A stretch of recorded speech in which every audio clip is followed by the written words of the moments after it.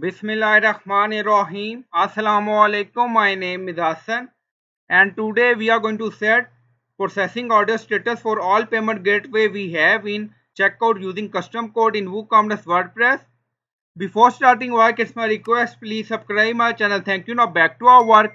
So we are in checkout page, and then you see payment gateway, direct bank transfer, check payment, cash on delivery, credit card, Stripe, PayPal.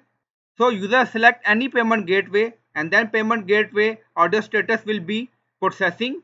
Now go to dashboard. On left side you see plugin, so click on add new plugin. So we are going to install plugin. Then in search plugin, write WP code. So this is plugin WP code. Insert header and footer we will use.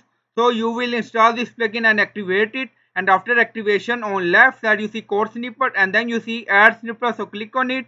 Then you see add your custom code, so again click on it. Now create custom snippet section open. So scroll down, you can add title, then you see code preview.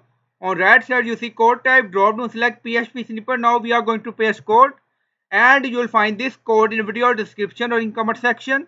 So by using this code we are going to set processing order status for all payment gateway. Now you see update status processing.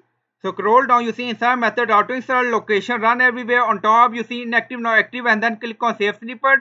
Now snippet created and saved. Go to checkout page. So this is our product.